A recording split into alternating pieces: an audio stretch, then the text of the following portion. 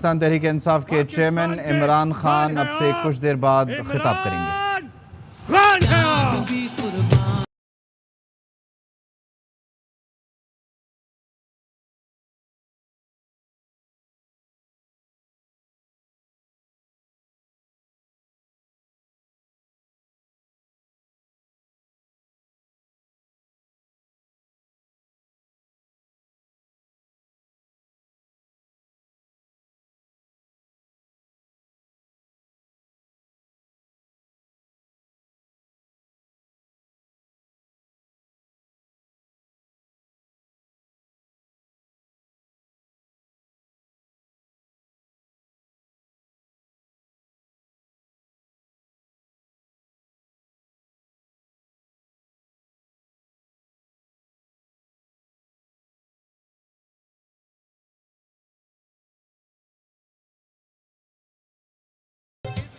बिस्मिल्लाहिर्रहमानिर्रहीम।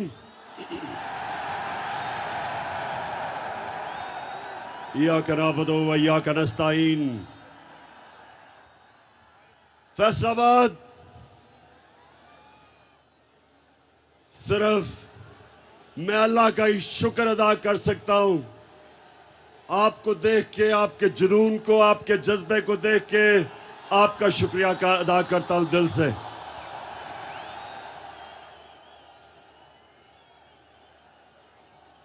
फैसलाबाद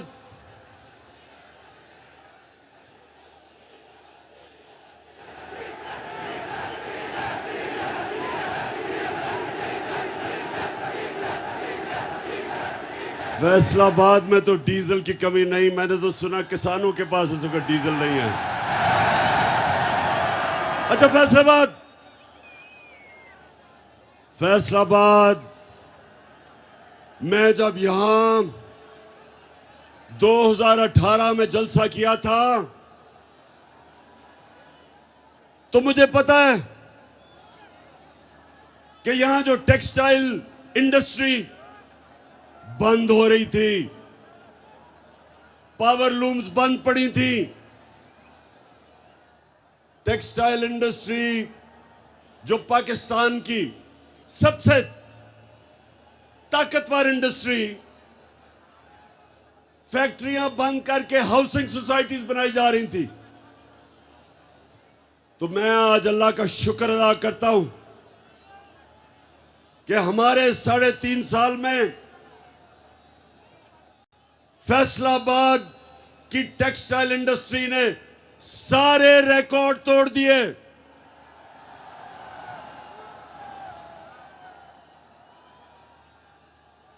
मुझे यहां टेक्सटाइल इंडस्ट्री के मालिकान ने कहा कि जनाब मजदूर नहीं मिलते, और 2018 में यहां बेरोजगारी थी। तो मैं अल्लाह का शुक्र अदा करता हूं कि मुझे मौका मिला। मैंने इस मुल्क में रोजगार बढ़ाया, और सबसे बड़ा मसला एक मुल्क में बेरोजगारी होती है। तो मुझे फख्र है अपनी टीम पे कि हमने अपनी टेक्सटाइल इंडस्ट्री के लिए हर किस्म की सहूलत दी, और उन्होंने फिर पाकिस्तान को रिकॉर्ड एक्सपोर्ट्स दी। हमारी आज पाकिस्तान की तारीख में सबसे ज्यादा एक्सपोर्ट्स है। और फैसलाबाद याद रखें, मुल्क की दौलत में कभी इजाफा नहीं होता जब तक उसकी एक्सपोर्ट्स नहीं बढ़ती। तो इसलिए फैसलाबाद पाकिस्तान के लिए एक अहम शहर है। फैसलाबाद की तरक्की का मतलब पाकिस्तान की तरक्की। फैसलाबाद की खुशहाली का मतलब पाकिस्तान की खुशहाली। वैसे मैं आज खास तौर पे अपनी बहनों को खिराज तहसीन पेश करता हूं। इतनी तादाद में मैंने कभी आपको नहीं देखा, और इससे मुझे आपको, नौजवानों, आपको भी खिराज तहसीन आपको भी पेश करता हूं। मैं एक नया, एक वो पाकिस्तान, मैं वो पाकिस्तान अपनी आंखों के सामने बनता देख रहा हूं, जो वो पाकिस्तान में जा रहा है जो इलामा इकबाल की ख्वाब थी और जो कायदे आजम की जद्दोजहद से बना था, एक आजाद पाकिस्तान। की आजादी के लिए मैं देख रहा हूं कि मेरी कौम मेरे साथ निकल रही है, और मुझे खुशी यह है कि सिर्फ इसके नौजवान ही नहीं निकल रहा है, बन रहा है, बल्कि हमारे बुजुर्ग, हमारी ख्वातीन और हमारे बच्चे भी।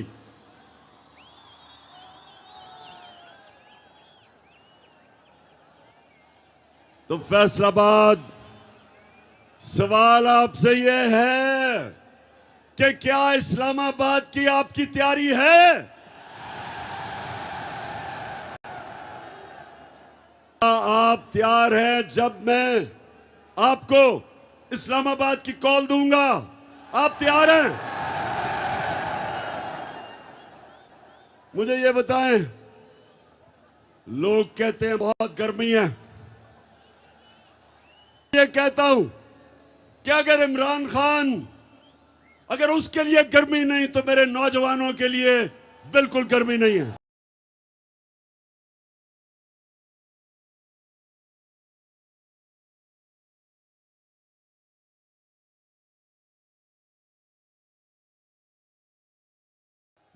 तो फैसलाबाद, मैं आज एक सवाल पूछ रहा हूं कि जब मुल्क की दौलत में इजाफा हो रहा था, एक्सपोर्ट्स बढ़ रही थी, तारीखी हम इस मुल्क में पैसा इकट्ठा कर रहे थे, टैक्स इकट्ठा कर रहे थे, किसानों को वो पैसा मिला है जो पाकिस्तान की तारीख में कभी किसानों को इतना पैसा नहीं मिला। उन्होंने अपनी पैदावार बढ़ाई। इस बार भी 4 फसलें रिकॉर्ड हुई, चावल, गन्ना, आलू और मकई रिकॉर्ड हुई। किसानों के पास पैसा आया, किसान खुश। इंडस्ट्री 11 सालों में सबसे तेजी से पाकिस्तान की इंडस्ट्री बढ़ रही थी। तो मैं ये सवाल पूछता हूं कि ये साजिश जो इस मुल्क के खिलाफ अमेरिका के अंदर तैयार हुई और यहां मीर जाफर और मीर सादिक ने साजिश करके हुकूमत को गिराया, मेरा सवाल यह है कि ये जो लोग साजिश अब ऊपर बैठे हैं, अब बताएं कि क्या आपसे मुल्क संभल रहा है? रुपया हर रोज गिर रहा है, स्टॉक मार्केट गिर रही है, महंगाई बढ़ रही है, और मैं वो टीवी चैनल्स और मीडिया हाउसेस से पूछता हूं कि क्यों नहीं अवाम के अंदर जाते और पूछते, लोगों के सामने माइक रखे और पूछे कि जनाब टमाटर कितने महंगे हुए, मुर्गी कितनी महंगी हुई। मुर्गी की कीमत दुगनी हो गई क्योंकि हमजा शबाज मुर्गी की कारोबार में है, दुगनी हो गई है उसकी। जरा जाए लोगों से पूछे लोगों से। और जब आप टीवी का कैमरा लेके जाएंगे लोगों के पास, तो आप लोगों से 2 चीजें सुनेंगे, 2 लफ्ज सुनेंगे। एक होगा गद्दार और दूसरा होगा चोर।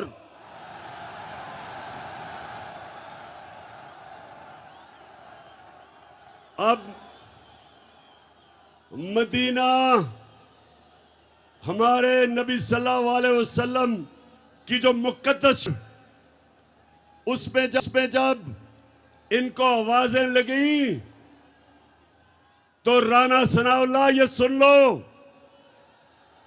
गौर से सुन लो। मैंने समझा इसने सिर्फ कत्ल किए हैं, अब पता चला 22 कत्ल किए हैं इसने।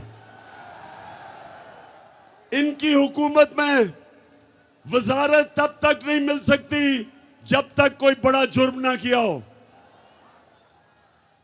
प्राइम मिनिस्टर और उसका चीफ मिनिस्टर जो बेटा है, 24 अरब रुपए तो सिर्फ इन्होंने, FIA ने इनकी चोरी पकड़ी है।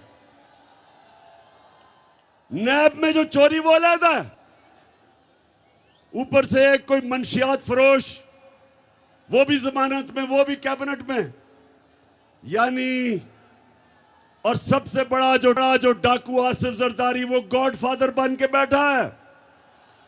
और बाहर मुल्क के झूठा कानून से भागा हुआ भगौड़ा, मफरूर, चोर, वो लंदन में बैठ के फैसले कर रहे हैं पाकिस्तान के।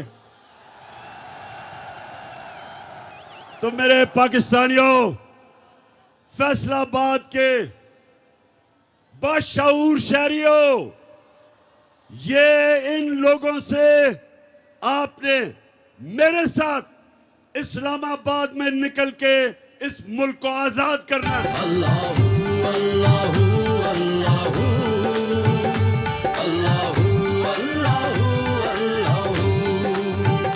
ये ज़मीं जब न थी, ये जहां जब न था, ये ज़मीं जब न थी, ये जहां जब न था, ये ज़मीं जब न थी, ये जहां जब न था, ये ज़मीं जब न थी, ये जहां जब न था। चांद सूरज फैसलाबाद, अच्छा फैसलाबाद, गर्मी तो नहीं लग रही? देखें, आपका कप्तान तो अपनी जिंदगी के कोई 20-25 साल धूप के अंदर क्रिकेट खेल के उसको तो गर्मी नहीं लगती, लेकिन मुझे आपकी फिक्र है थोड़ी सी। माशाल्लाह, ये कौम, ये जो पाकिस्तानी कौम है, अभी इसने अपने असल मुकाम पे पहुंचना है। हमारा नजरियाती लीडर इलामा इकबाल ने कहा था कि उस रिस्क से मौत अच्छी है जिस रिस्क से आती है परवाज में कोताही। फैसलाबाद इसका मतलब कि गुलामी से बेहतर मौत है।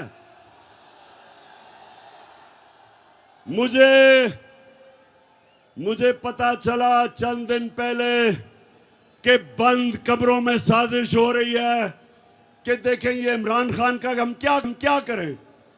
हमने इसको 3.5 साल, हमने सारी मीडिया ने मिलके पूरी कोशिश की इसको खत्म करने की।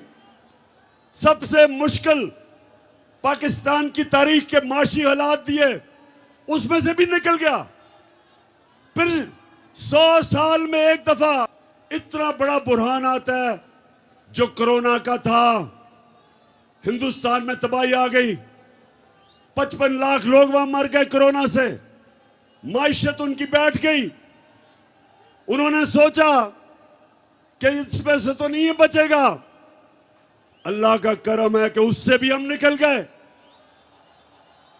बल्कि दुनिया तारीफ कर रही थी पाकिस्तान की कि वो मुल्क है जिसने सबसे बेहतरीन तरीके से कोरोना के अजाब से निकला, अपने लोगों को भी बचाया, अपनी माइशत को भी बचाया, अपनी इंडस्ट्री को भी बचाया, अपने मजदूरों को भी बचाया, अस्पतालों को भी। कहीं वो वक्त नहीं आया कि हमारे अस्पताल भर गए। और जब वहां से भी निकल गया, फिर माशियत भी ऊपर जाने लगी, इंडस्ट्री भी चल पड़ी, कुशन इंडस्ट्री भी चल पड़ी, किसानों के पास भी पैसा आ गया। तो फिर उन्होंने साजिश करके गवर्नमेंट गिराई और उन्होंने सोचा कि जब गवर्नमेंट गिराएंगे इसकी, तो पाकिस्तान में तो जब भी गवर्नमेंट जाती है लोग मिठाइयां बांटते हैं। जब भी गवर्नमेंट गई है पाकिस्तान में मिठाइयां बांटी जाती हैं। तो उन्होंने देखा कि बजाय लोग मिठाइयां बांटने के, लोग तो सड़कों पे आ गए हैं।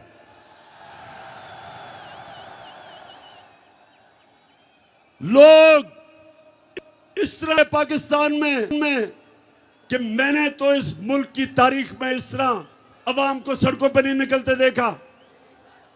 तो जब ये देखा कि अच्छा ये तो लोग भी निकल रहे हैं, और खौफ आना शुरू हो गया इस्लामाबाद का कि इस्लामाबाद में अवाम का समुंदर आने लगा, तो फैसला किया कि इस तरह तो बात नहीं बनेगी, इसको दुनिया से ही फारिग किया जाए। तो मैंने इसलिए फैसलाबाद के लोगों और मेरे पाकिस्तानी कौम जो देख रही है, मैंने इसलिए एक वीडियो रिकॉर्ड किया। उस वीडियो के ऊपर मैंने एक एक का नाम लिया है जो इस साजिश में मुलव्विस था, जो पिछली गर्मियों से साजिश हो रही थी। एक एक का मैंने नाम लिया है इस वीडियो में। और मैंने ये क्यों किया? क्योंकि मुझे पता है पाकिस्तान की तारीख, कभी भी इस मुल्क में ताकतवर मुजरिम को नहीं पकड़ा जाता। लियाकत अली खान के पीछे, कत्ल के पीछे कौन था? कभी नहीं कोई पकड़ा गया। जुल्फिकार अली भुट्टो का जो जुडिशियल मर्डर हुआ, किसी को सजा नहीं मिली। जियाउल हक का जहाज जो गिराया गया, किसी को नहीं पता चला। इसलिए मैंने फैसला किया कि सारी मेरी कौम को पता चलना चाहिए कि इस साजिश के पीछे कौन था। डॉक्टर अलवी, पाकिस्तान के प्रेसिडेंट ने पाकिस्तान के चीफ जस्टिस को खत लिखा। उसने वो मुरासला बताया जिधर अमरीकी डोनाल्ड लू ने पाकिस्तान के सफीर को वॉशिंगटन में बुला के धमकी दी कि अगर इमरान खान को तुम नहीं निकालोगे, अदम एतमाद को कामयाब नहीं करोगे इसके खिलाफ, तो पाकिस्तान को मुश्किलों का सामना करना पड़ेगा। धमकी दी उसने। सोचे 22 करोड़ का पाकिस्तान का मुंतखब प्राइम मिनिस्टर और एक हमारे एम्बेसडर को धमकी देता है कि अपने प्राइम मिनिस्टर को अगर तुम नहीं निकालोगे, जो साजिश थी अदम एतमाद की, तो पाकिस्तान को मुश्किलों का सामना करना पड़ेगा। और फिर कहता है कि अगर ये साजिश कामयाब हो गई, यानी एतमाद कामयाब हो गया, तो हम सब कुछ माफ कर देंगे। हम सब कुछ माफ कर देंगे। अमरीकी और डोनाल्ड लू, तुम हो कौन हमें माफ करने वाले?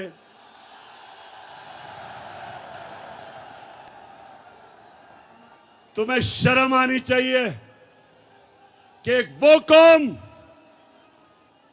जो नबी सल्लल्लाहु अलैहि वसल्लम की उम्मत है, जिस कौम के बनने के वक्त नारा था कि पाकिस्तान का मतलब क्या, ला इलाहा इल्लल्लाह। हमारा अल्लाह से वादा है, जब हम दावा करते हैं, कलमा पढ़ते हैं, हम ऊपर वाले से वादा करते हैं कि अल्लाह तेरे सिवा हम किसी को खुदा नहीं मानते, कोई नहीं है खुदा सिवाय अल्लाह के।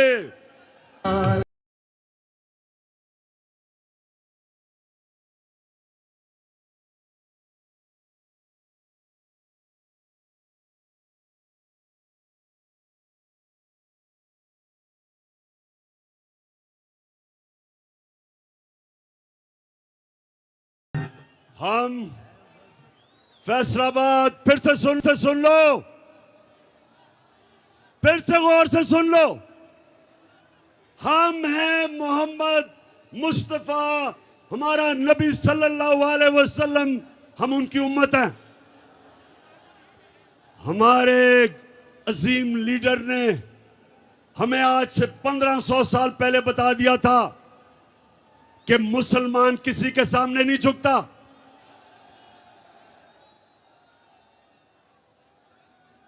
उसने हमें यह हिदायत थी कि ला इलाहा इल्लल्लाह इंसान को गैरत देता है। एक छोटे से इंसान को बड़ा इंसान बना देता है। ला इलाहा इल्लल्लाह इंसान की वो जंजीरें तोड़ता है जो इंसान को बड़ा इंसान बनने से रोकती हैं। खौफ की जंजीरें तोड़ती हैं। पैसे की पूजा करने वाली जो बुत है उसको तोड़ता है। जो लोग इंसानों से डरते हैं, सुपर पावर से डरते हैं, वो शिर्क करते हैं, क्योंकि खौफ का बुत तोड़ना एक इंसान को बड़ा इंसान बनने के लिए सबसे ज्यादा जरूरत है।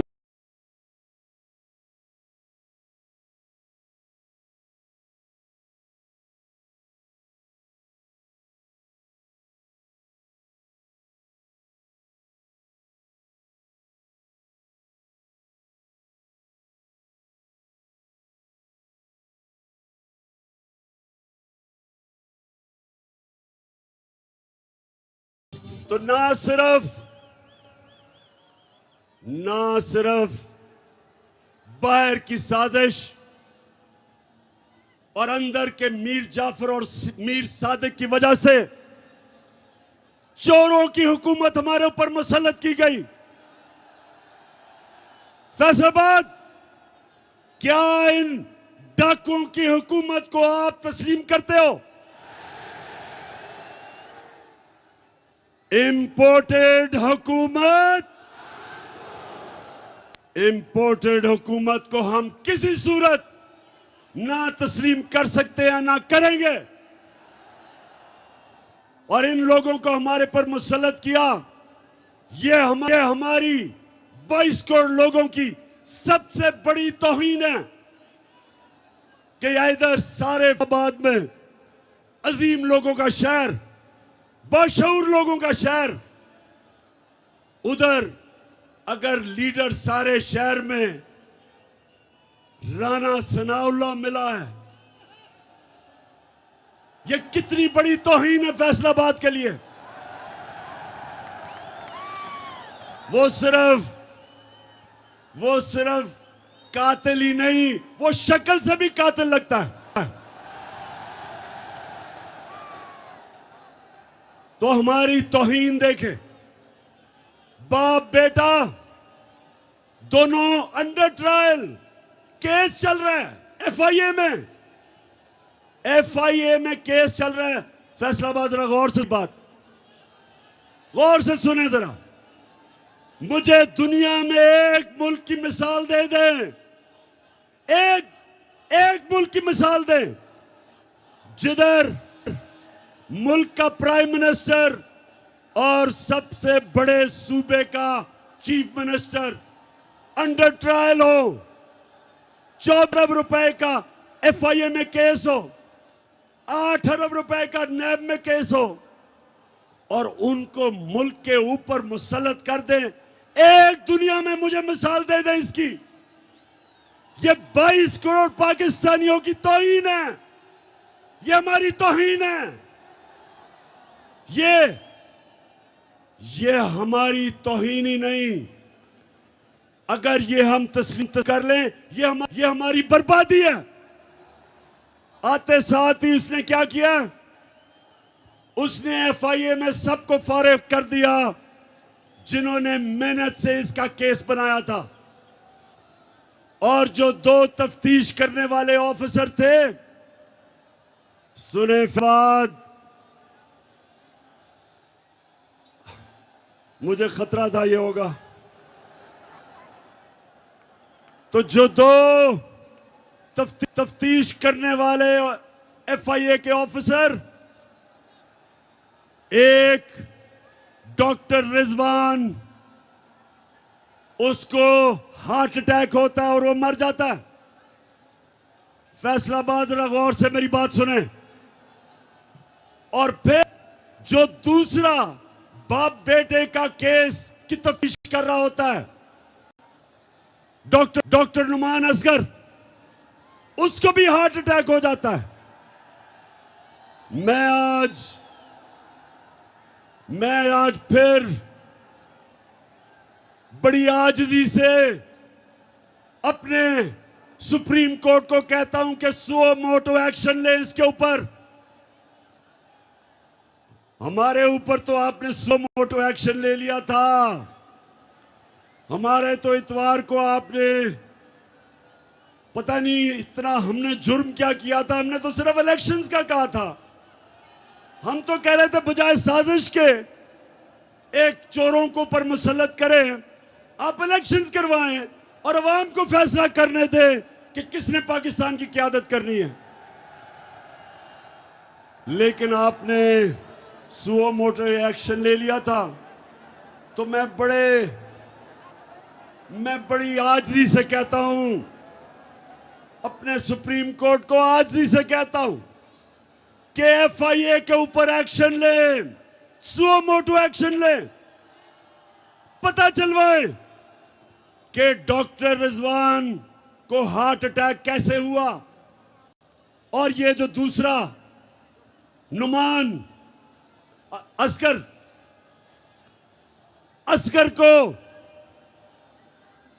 को हार्ट अटैक कैसे हुआ। मैं आपके सामने इंशाल्लाह वो जहर का बताऊंगा जो अगर खाने में डाल दे तो इंसान को हार्ट अटैक होता है।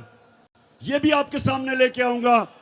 लेकिन मैं चाहता हूं कि हमारा सुप्रीम कोर्ट इसके ऊपर एक्शन ले। कोई इसकी मिसाल है कि जो केस जिन्होंने अरबों रुपए का करना था उन्हीं के ऊपर लाके उन लोगों को बैठा दें जिनके ऊपर केस है। और मैं फिर से कहता हूं कि अगर इसकी इजाजत दी पाकिस्तान में तो पाकिस्तान के जेलों को खोल दो। ये जो गरीब लोग जेलों में भरे हुए इनको निकाल दो। इनकी तो छोटी छोटी चोरियां हैं। किसी ने भैंस चोरी की, किसी ने मोटरसाइकिल, घर में फाका है, बेरोजगार है। इनको निकालें जेलों से। अगर इतने बड़े बड़े डाकुओं को आपने नहीं पकड़ना,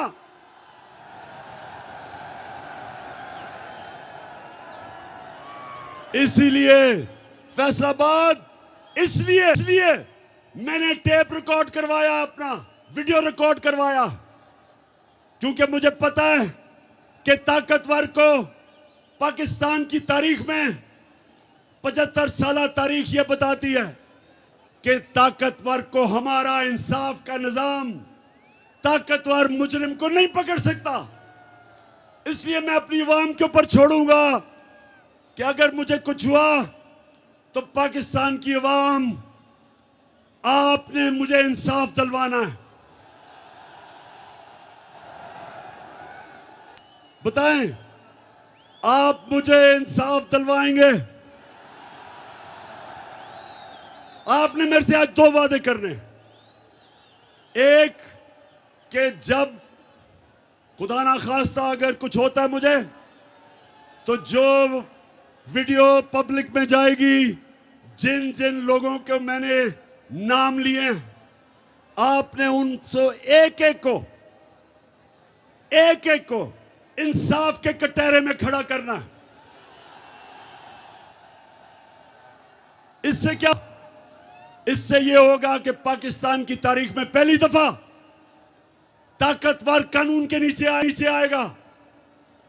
मेरे नबी सल्लल्लाहु अलैहि वसल्लम ने आज से 1500 साल पहले कहा था, फैसलाबाद, आज से 1500 साल पहले उन्होंने कहा था कि कौमें तबाह तब होती हैं जब छोटा चोर जेल में जाता है और बड़े डाकू को वो रियासत नहीं पकड़ सकती, उसको कानून के नीचे नहीं ला सकती।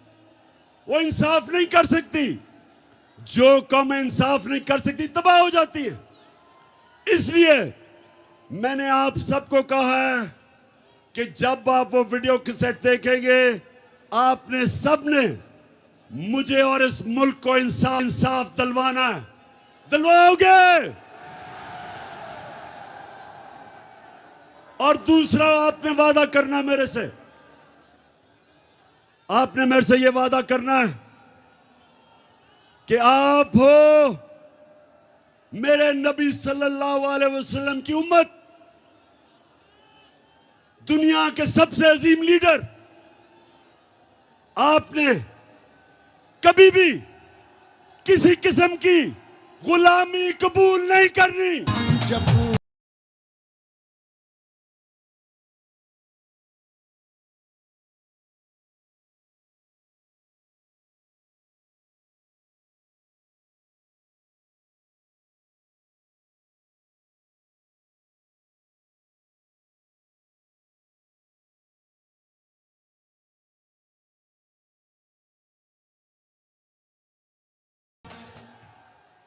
तो मेरे पाकिस्तानियों, मेरे गयूर दिलेर पाकिस्तानियों, कभी एक और वादा करना है, आपने कभी किसी उस पार्टी को वोट नहीं देनी जिनके लीडरों का पैसा मुल्क से बाहर पड़ा हो। जब भी किसी पार्टी के लीडर का पैसा, जायदाद, उसके महलात, उसके ऑफशोर अकाउंट्स मुल्क से बाहर होंगे, वो कभी आपके मफादात की हिफाजत नहीं कर सकेगा। वो अपने की गुलामी करेगा और पैसा अगर जिन मुल्कों में पड़ा है उन मुल्कों की गुलामी करेगा। बिलावल को ये जो नया फॉरेन मिनिस्टर बना है, ये जब अमेरिकनों को मिलने जाएगा, पाकिस्तानियों सुनो, तो वो जब मिलेंगे, जब भी मैं किसी भी प्राइम मिनिस्टर होके किसी मुल्क के सरबराह या वजीर से मिलता हूं, तो पहले मुझे सारा उसके ऊपर उसका बायोडेटा मिलता है, उसकी सारी हिस्ट्री मिलती है कि उसने क्या किया, क्या काम करता है, माजी में क्या किया, सारा कुछ पहले मेरे पास आता है।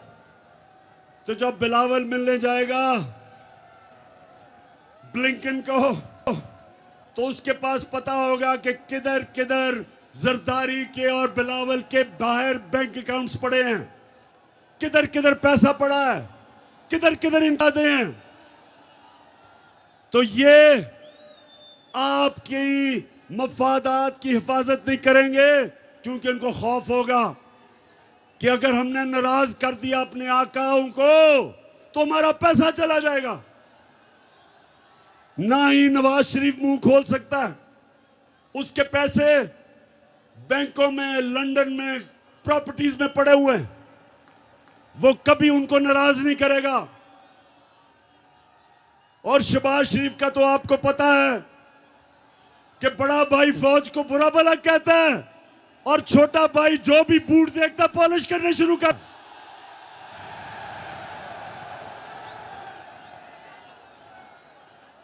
वो ये भी नहीं देखता कि बूट किसके हैं, बस बूट देख के पॉलिश शुरू कर देता है। तो ये हैं जो हमारे मुल्क पे मसलत किए हैं। अब इन्होंने मुल्क को तो तबाही की तरफ लेके जा रहे हैं, महंगाई बढ़ रही है, रुपया गिर रहा है, फॉरेन एक्सचेंज रिजर्व्स गिर रहे हैं। अब ये जाएंगे अमेरिका के पास और सियाल फैसलाबाद सुन लो, अमेरिका के पास जाके कहेंगे कि खुदा के वास्ते हमें बचा लो, कहेंगे कि हमें खुदा के वास्ते पैसे दे दो, नहीं तो इमरान खान वापस आ जाएगा। मेरे से डराएंगे उनको कि खुदा के वास्ते हमारी मदद करो, हमारा दिवालिया निकल गया। तो जब अमेरिकन अगर इनकी मदद करेंगे तो फैसलाबाद सुन लो मेरी बात, कभी भी अमेरिकी मदद नहीं करेंगे जब तक वो इनके गले में जंजीर पूरी तरह टाइट करके नहीं डालेंगे।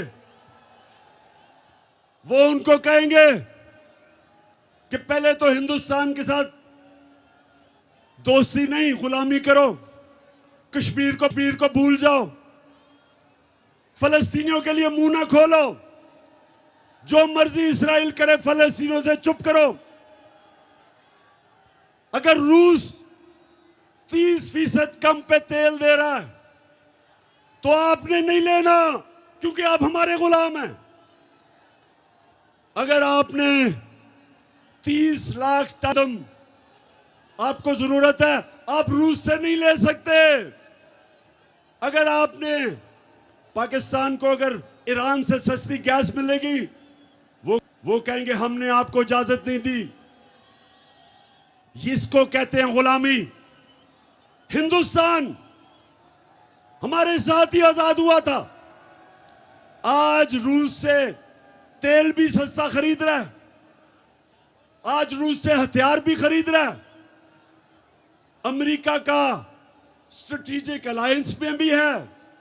लेकिन अमेरिका कुछ नहीं कहता हिंदुस्तान को, क्योंकि वह आजाद है। हिंदुस्तान ईरान से गैस भी खरीद रहा है, तेल भी लेता है, लेकिन हिंदुस्तान को वो कुछ नहीं कहते। हमें उन्होंने जो गुलाम बनाया हुआ है, फतह किए बगैर होते हैं। तो इसलिए मेरे पाकिस्तानियों, ये आपने मेरे साथ इस्लामाबाद इसलिए निकलना है कि हमने अमेरिका के गुलामों को कभी कबूल नहीं करना।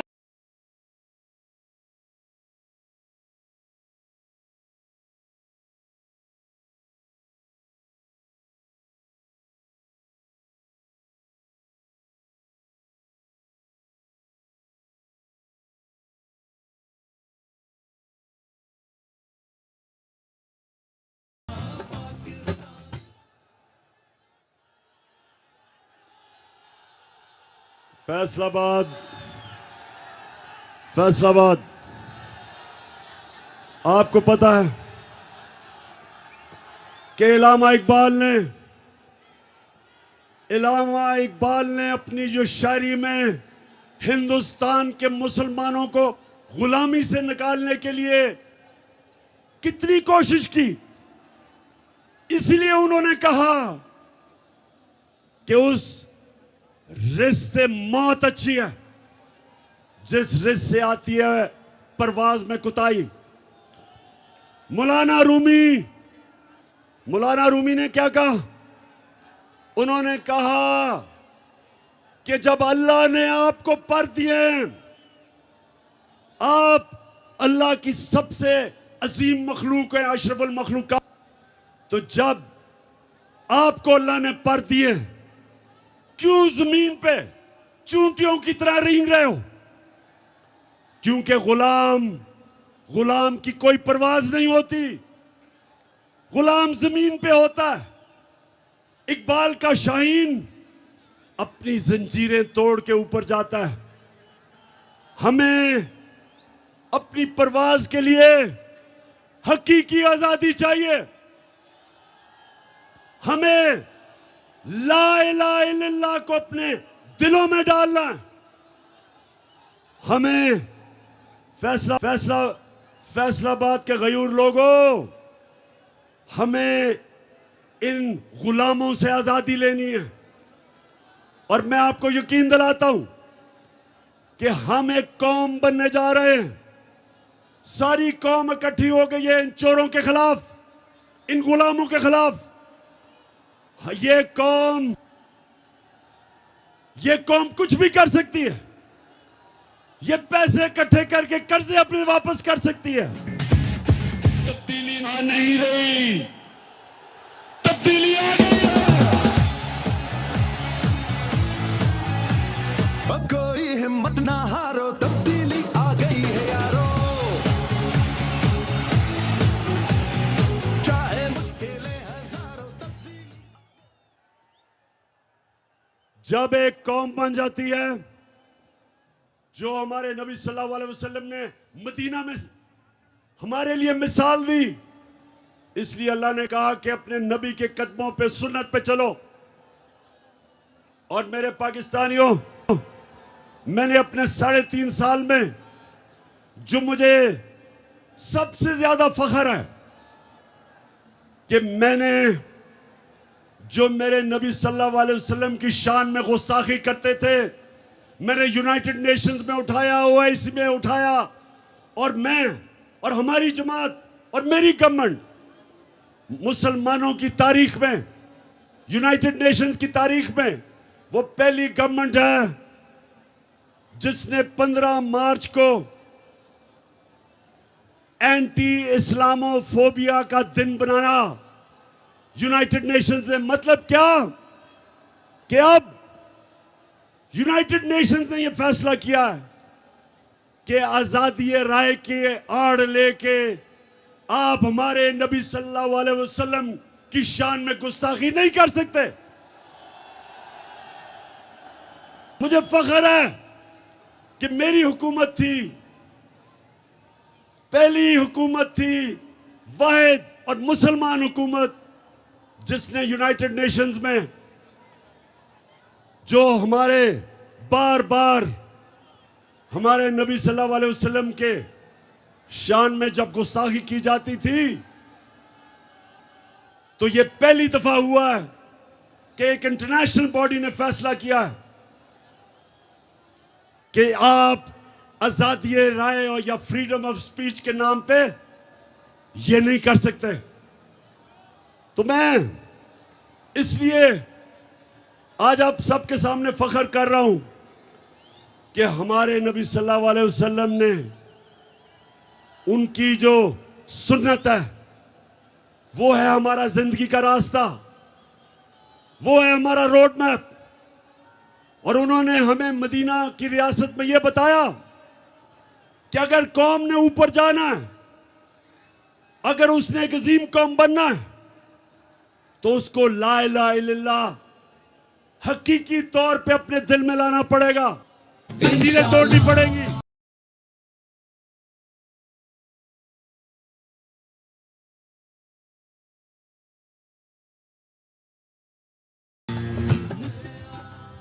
तो आखिर में फैसलाबाद सारों को मैं दावत दे रहा हूं, सब ने इस्लामाबाद आना है। 20 को मैं इंशाअल्लाह आपको तारीख बताऊंगा, वो इसी महीने मई के अंदर तारीख है। दिन कौन सा मैं आपको बताऊंगा, तैयारी अभी से शुरू कर दें। और हम एक चीज मांगेंगे, हमें इलेक्शन की डेट चाहिए, नहीं तो हम ये कौम तब तक सांस नहीं लेगी जब तक इलेक्शन नहीं होंगे।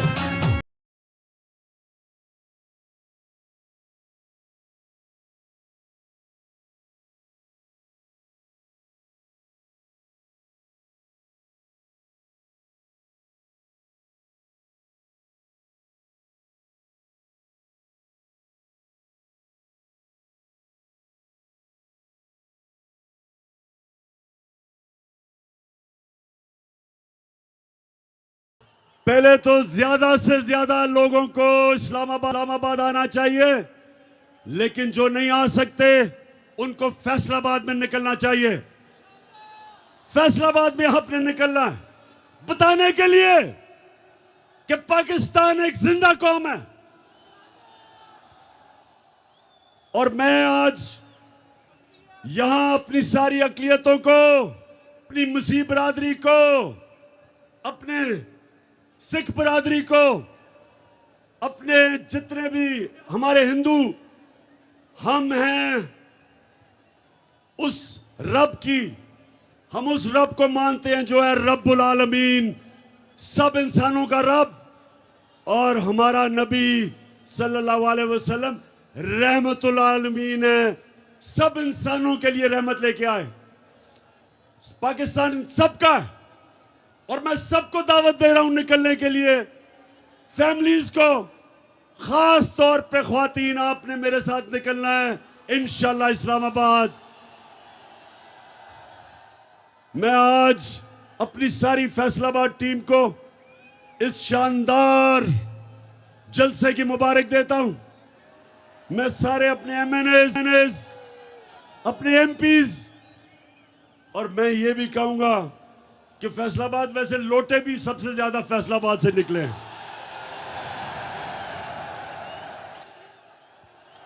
आपने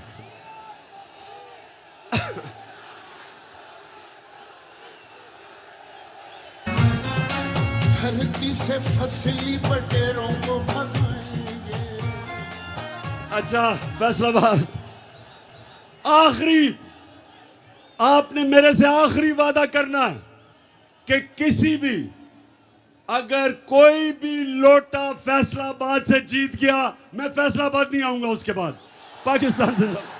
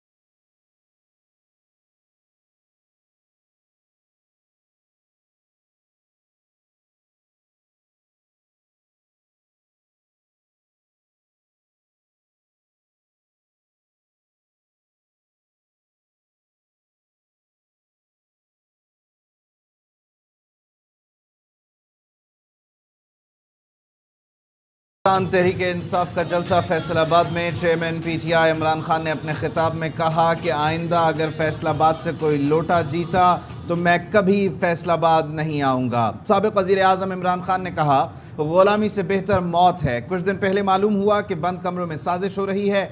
फैसला किया गया कि इमरान खान को अब दुनिया से ही फारिग किया जाए। लियाकत अली खान का कत्ल हुआ, भुट्टो को फांसी दी गई, ज़िया का तैयारा गिरा, किसी को कुछ पता नहीं चला। मैंने एक वीडियो रिकॉर्ड करवा कर महफूज कर ली है ताकि सबको मालूम हो कि किसका क्या किरदार था। अगर मुझे कुछ हुआ तो मुझे और पाकिस्तान को अवाम ने इंसाफ दिलाना है। जिन जिन लोगों के वीडियो में नाम लिए हैं उनमें से एक एक को आपने कटहरे में लेकर आना है। साबिक़ वज़ीर आज़म इमरान खान ने कहा बाप बेटे के केस की तफ्तीश करने वाले डॉक्टर रिजवान हार्ट अटैक से मर जाते हैं। अदालत से कहता हूं कि डॉक्टर रिजवान की मौत पर अस खुद नोटिस लें। हमारी बारी तो रात 12 बजे अस खुद नोटिस ले लिया गया था। अदालत तहकीकात करवाए कि डॉक्टर रिजवान को हार्ट अटैक कैसे हुआ। मैं एक जहर का बताऊंगा जो खाने में डाल दें तो हार्ट अटैक हो जाता है। अगर यही इंसाफ है तो फिर पाकिस्तान की जेलें खोल दें, गरीबों को रिहा कर दें। बड़े डाकुओं को नहीं पकड़ना तो छोटे चोरों को रिहा कर दें।